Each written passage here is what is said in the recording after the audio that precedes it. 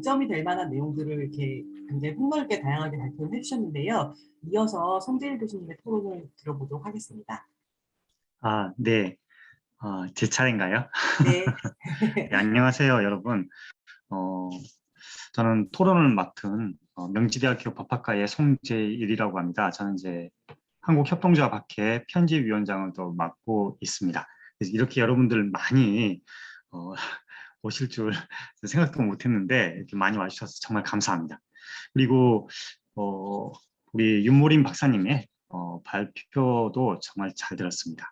그럼 이제 제 토론문을 준비해서 했기 때문에 제가 화면 공유를 좀 해서 같이 보도록 하겠습니다.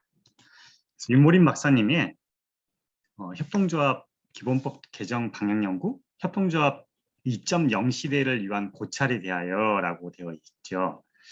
그래서 몇 가지 제가 생각나는 그런 제안을 좀 드리고 약간 좀 참고할 만한 사항들 이런 것들을 좀 덧붙이는 형태로 토론에 좀 가름해 보고자 합니다.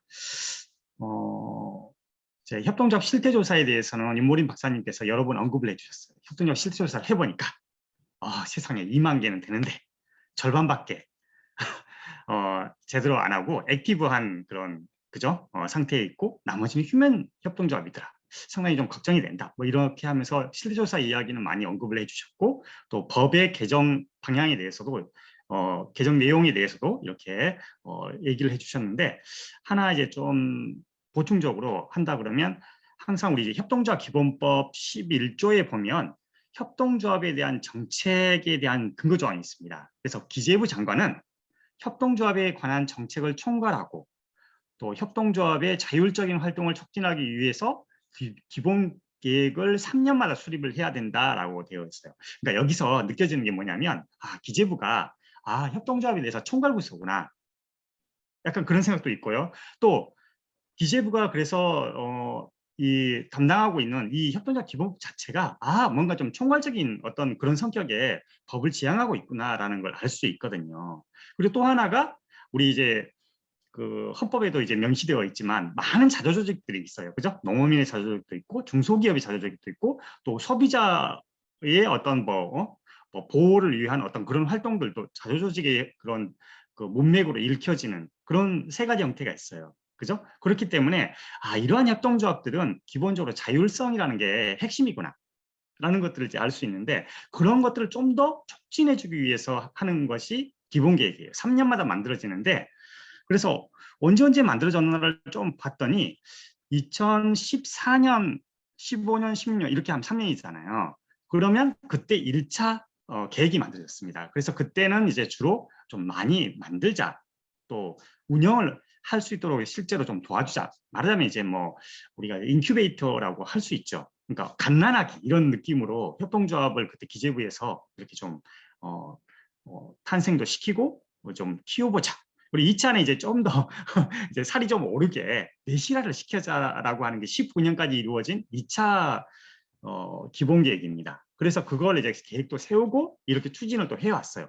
대부분 뭐 보면 뭐 A 플러스는 아니지만 그래도 나름대로 A 제로나 뭐 B 뿔은 충분히 받을 수 있을 정도로 해왔다라고 그렇게 생각합니다.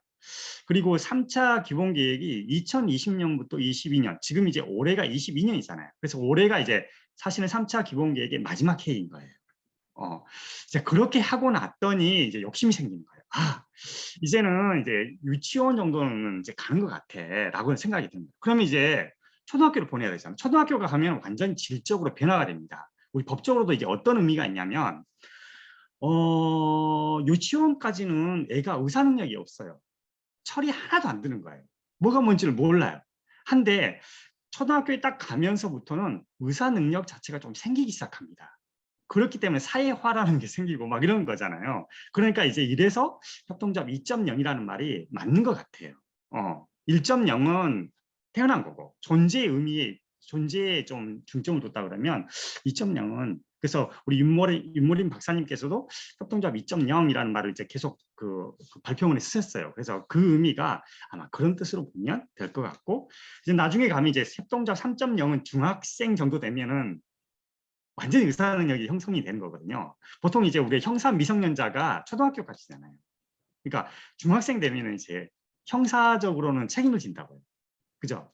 그렇기 때문에 3.0이 될 거고 아마 4.0 정도 되면 우리 18세 이상의 그 미성년자를 벗어난 이제 그런 단계에 가면 4.0까지도 우리가 나중에 기대해 볼 수 있지 않을까. 그래서 그런 생각하면서 참 저는 굉장히 기쁘고 행복한 것 같습니다. 그래서 첫 번째로 이제 드리는 제안은 이렇게 협동조합 기본 계획이 몇 차에 걸쳐 수립이 됐으니까 좀 그것도 참조해서 하시면 좀 좋지 않을까, 더 풍부해질 것 같은 생각이 들어서 그렇고요. 두 번째, 연합회라는 것을 이제 우리가 눈뜨기 시작한 거예요. 이제 그동안엔 이렇게 집에서만 키웠잖아요. 쉽게 말하면 집집마다 키웠단 말이에요, 애들을. 그런데 엄마들끼리 이제 모여야 되는 거예요.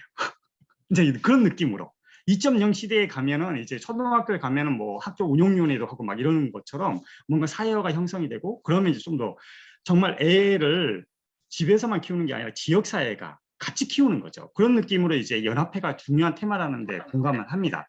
실제로 정부에서도 2020년부터 그죠? 우리 3차 기본계획 시작이 되면서부터 연합회에 관한 이제 규정들을 넣었고, 그것이 보니까 이제 8개 개별 협동조합에 대해서는 기재부 소관도 아니고 각 부처가 다른데, 사실은 우리 앞에도 나왔듯이 이게 총괄적인 성격을 갖는 거란 말이죠. 그래서 거기까지도 좀 할 수 있도록, 뭐 그러면 뭔가 좀 커넥션이 있어야 되잖아요. 정말 협동조합이 잘하는 게 네트워크인데 이 네트워크 자체가 협동조합 기본법이나 이런 데 없었던 거예요. 잘.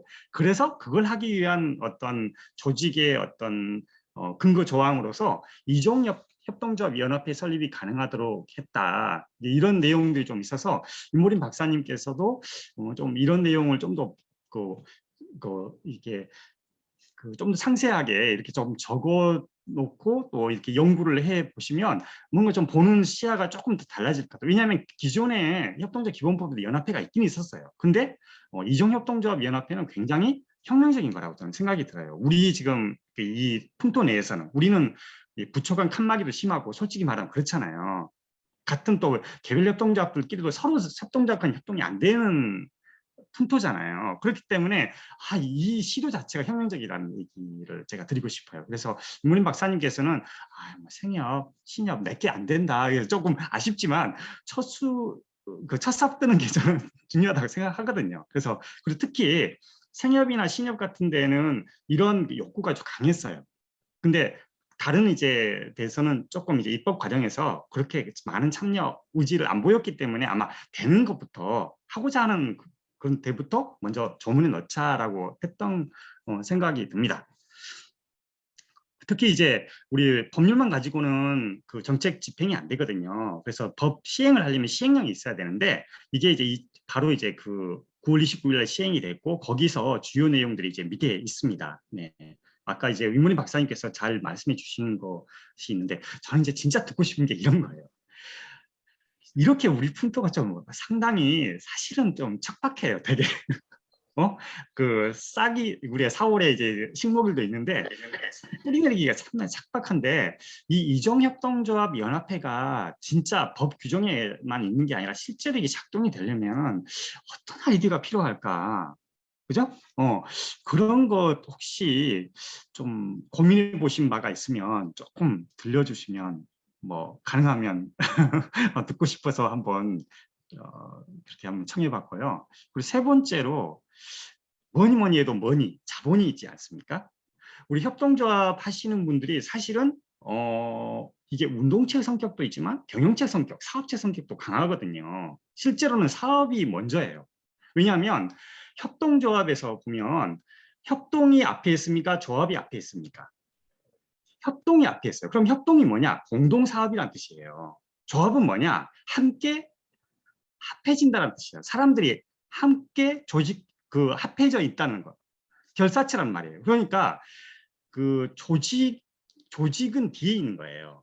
그리고 공동사업을 하는 협동이 앞에 있다는 것은 사업이 더 중요하다는 뜻이에요. 그런데 그 사업을 하려면 자본 확충이 필요한데 몇 가지 수단이 있어요.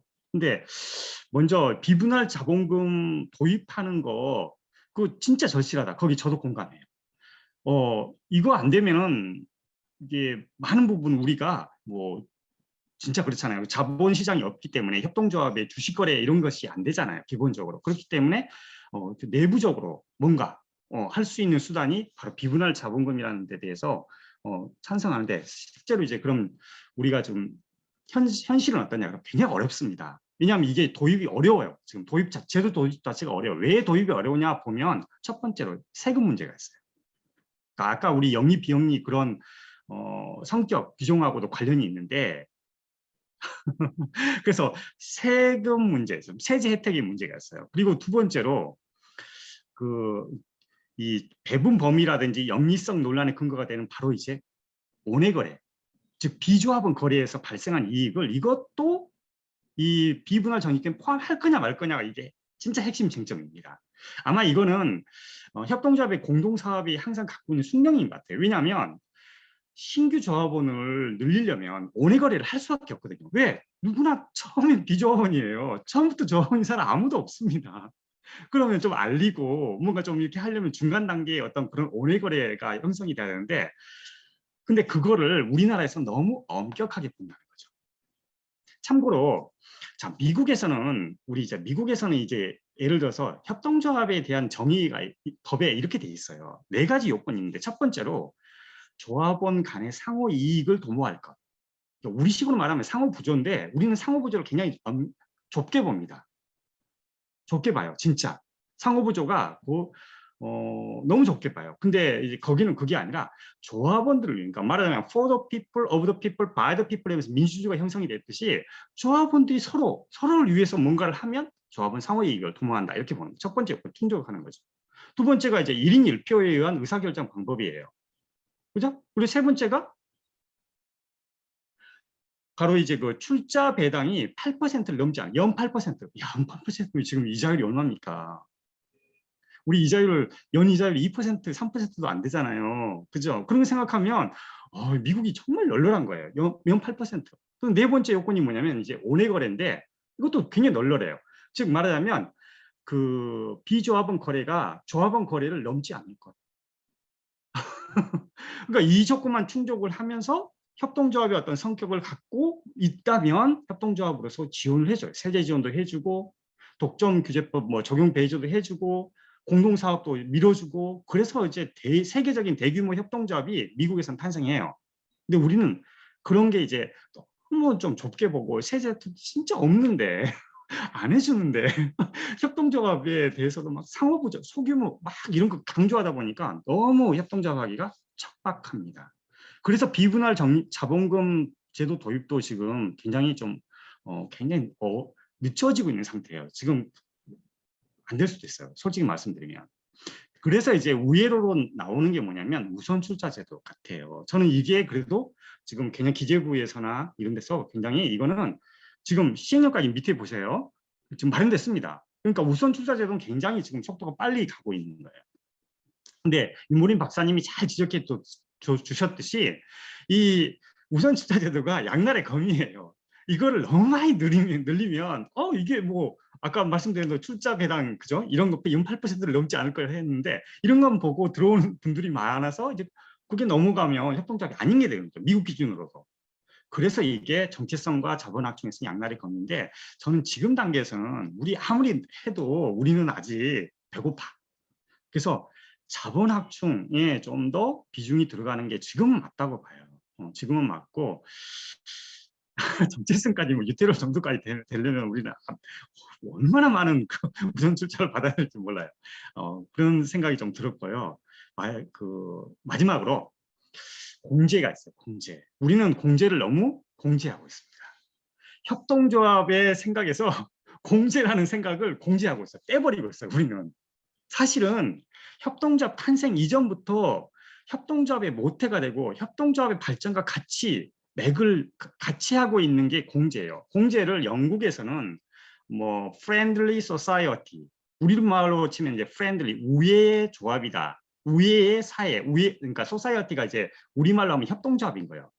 아마 여러분들이 많이 알다시피 로치데일 협동조합도 코어퍼레이티브가 아니에요. 소사이어티라고 돼 있어요. 그러니까 소사이어티가 협동조합이라는 뜻인데 friendly society라고 해요. 그리고 그 법이 먼저 있었어요. 그리고 나서 많은 영국의 협동조합들이 그 프렌들리 소사이어티 액트에 따라서 협동조합 등록을 했어요. 그러니까 무슨 얘기냐면 공제조합이 먼저 썼던 거예요. 그리고 그 공제조합법으로 협동조합이 등록을 한 거예요. 근데 우리나라에서는 공제에 대해서 정체성을 몰라요. 이건 너무 공부가 안 돼 있어요. 연구도 안 돼 있어요. 우리가 우리 스스로를 납득 못 시키니까 특히 보험업계 이런 데서는 야 공제가 뭐냐? 공제? 그거 보험 아니야? 유사보험 아니야? 자꾸 공격해요. 그래서 너네들이 이거 하면 이거 보험 성격이 있는 거 아니야? 너 이 규제해야 되는 거 아니야? 왜 근데 허술해? 왜 너네들은 자꾸 보험 비슷하게 왜 공제보험이라고 이름을 적어? 쓰지 마. 유사명칭 쓰지 마. 막 이렇게 하면서 계속 공격을 해야 돼. 그 공격에 결국에는 감당을 못해서 옛날 농협공제 빼버렸어요. 지금은 농협보험이라고 해요. 그냥. 그런데 우리도 이제 생각을 해봐야 돼요. 진짜 공제가 뭔지에 대해서 생각을 해봐야 돼요. 그래서 공제사업의 정체성이 이것을 하고 난 다음에 우리 기본법에 있는 그 연합회가 하는 공제사업 이걸 우리가 이야기를 해줘야 되는 건데 기재부에서는 참 고맙게도 지금 공제사업 가이드라인까지 마련을 해줬어요. 그래서 어떻게든 해보려고 하는데 문제는 한번 생각을 해보세요. 자, 협동조합 기본법에 보면 금융 및 보험업 하지 말라고 돼 있어. 근데 그게 어떤 거냐면 앞에 형용사가 통계청에서 고시하는 표준산업 분류에 따른 금융 및 보험업은 하지 말라고 돼 있어. 근데 거기를 보세요. 자세히 보시면 보험업에 뭐가 들어가냐면 공제가 들어가 있어. 그러면 결국에는 협동조합 기본법에 따라서도 그럼 못하는 거네? 근데 왜 이런 조항이 들어있지? 그래서 협동조합 기본법에 보면 뭐라고 또 돼 있냐면 그 앞에 또 단서가 다 붙어 있어요. 자세히 보시면 뭐 조합원의 상호부조 이런 식으로 붙어 있어요. 그런 공제는 돼.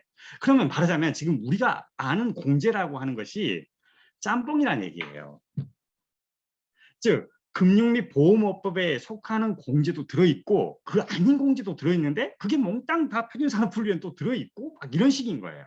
즉 우리가 이 법을 제대로 하고 협동조합의 어떤 공제사업을 제대로 하려면 정리를 해야 된다는 얘기예요. 입법적으로 굉장히 세밀하게 가지치기를 해야 되는 것 이런 것들인데 아마 이제 이런 것들은 이제 법률가인 저의 이제 소명인 것 같고 우리 윤모린 박사님은 그냥 이제 이것까지는 코멘트 안 해주셔도 되고 뭐 기타 이제 자유로운 의견 견해를 좀 들려주면 감사하겠습니다. 네, 토론 마치겠습니다. 고맙습니다.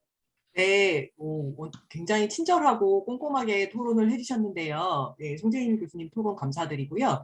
윤모린 박사님, 이 토론에 대해서 의견을 주시면 좋을 것 같습니다. 네, 교수님의 고견에 너무 감사드리고요. 급당하고 있었는데 교수님께서 마지막에 교수님께서 연구해 주시겠다고 해서 너무 감사드립니다. 말씀 주신 것처럼 비분할 적립금 도입이나 공제 사업에 대한 어떤 법률적이고 디테일한 부분은 또 많은 분들께서 연구해 주시리라고 믿고요.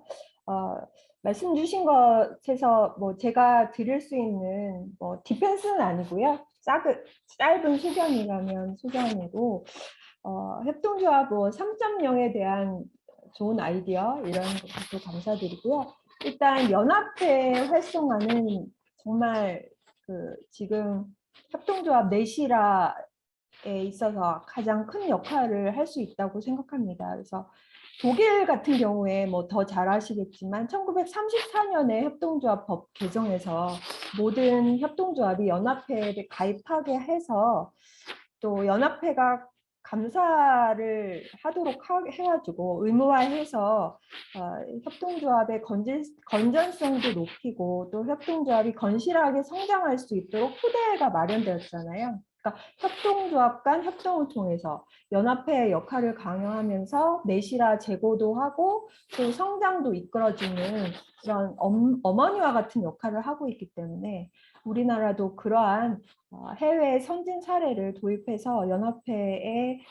강화 그리고 연합회에 들어갈 수 있는 회원의 범주 확대 이런 것들은 시급히 좀 개선이 되어야 되지 않을까 생각하고요. 그리고 제가 두서없이 말씀드리지만 이제 생협도 제도 개선에서 부처를 기재부로 바꿔달라는 요구를 계속 끊임없이 하시고 계시듯이 이런 기재부가 또 기본법 협동조합을 총괄함에 있어서의 부족함도 사실은 많다고 생각합니다.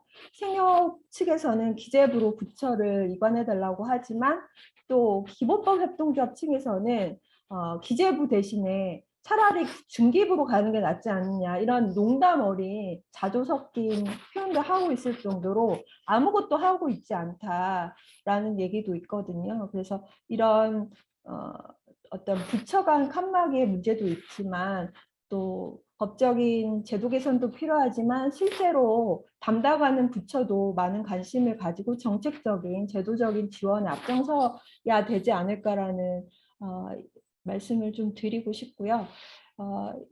제가 또 중간 지원 조직에서 일하다 보니 현장의 고민과 또 직접 또 운영했었어서 어려움들을 너무 잘 알고 있습니다. 그래서 이런 협동조합들의 실질적인 그냥 선언만이 아니라 내실화와 그리고 비즈니스 활성화를 위해서 도움이 될 수 있도록 많은 개정과 또 현실적인 과제들이 많이 풀리길 바랍니다. 그리고 또한 현장의 당사자분들의 많은 이런 관심과 활동들도 필요하다고 생각합니다. 토론에 좋은 고견 주셔서 정말 감사드립니다. 이상입니다. 네, 지금 채팅으로 질문이 올라왔는데요. 기본법에 대해서 잘 몰라서 기초적인 질문을 드립니다. 개별법 협동조합에서도 법 개정을 계속 추진 중인데요. 특히 생협법 개정은 작년부터 계속 진행되고 있는 것으로 알고 있습니다. 이러한 개별법과 기본법의 개정이 연동되어 진행되어야 할 것 같은데 현장에서는 어떻게 진행되고 있는지 발표자의 의견은 어떤지 궁금합니다. 그리고 기본법 개정의 주체는 누구이며 어떻게 구성되어 진행되고 있나요? 라고 하는 질문을 주셨습니다. 네, 윤모린 박사님 답변 가능하실까요? 네, 뭐 지금 저보다 더 많이 알고 계신 분들이 지금 같이 듣고 계셔서 제가 말씀드리는 게 정확할지는 잘 모르겠는데 작년에 제가 한국사회적경제연대회의 제도개선위원회 강사로 활동을 하면서 제도 개선에 좀 열심히 하고 국회와 그 당사의 1인 시위도 많이 했었거든요. 그런데 이제 생협 측에서는 아까 말씀드린 대로 이제 기재부로 이관을 요구를 하셨는데 지금 이제 아직 되지는 않고 진행 중에 있는 것으로 아는 그 정도입니다.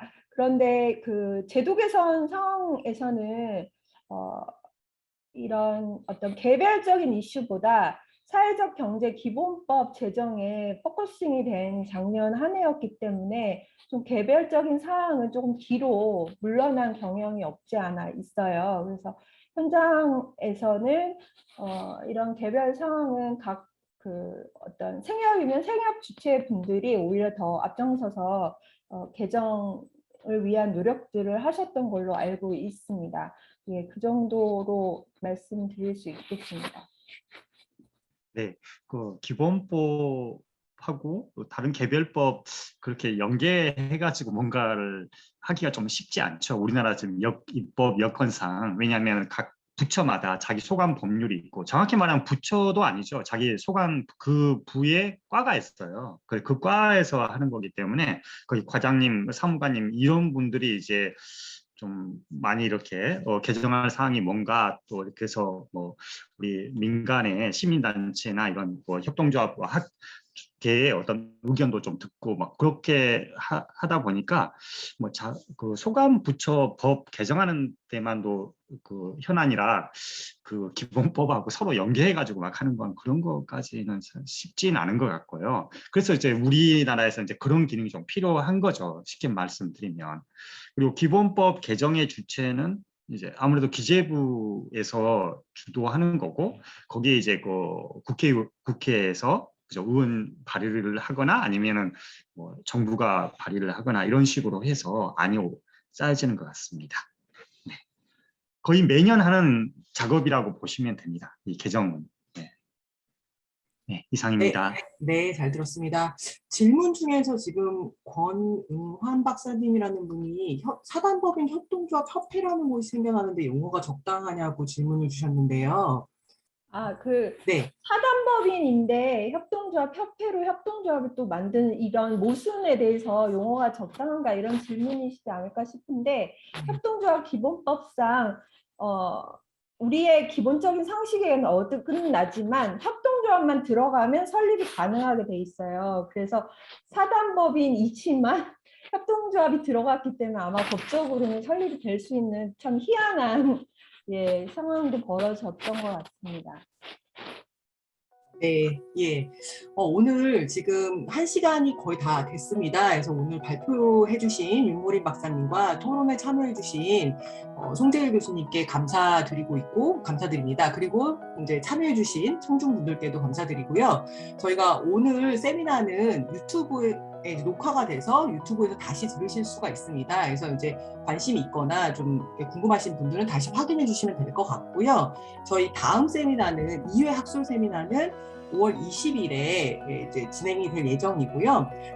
서울사이버대학교의 이려화 강사님께서 빅데이터 기법을 활용한 생협의 교육 콘텐츠 특징을 분석하는 내용을 발표로 해주실 예정입니다. 그래서 네, 다음에 학술 세미나에 대해서도 많은 관심과 참여 부탁드리겠습니다. 오늘 그러면 저희 1회 학술 세미나는 이상으로 마치도록 하겠습니다. 감사합니다.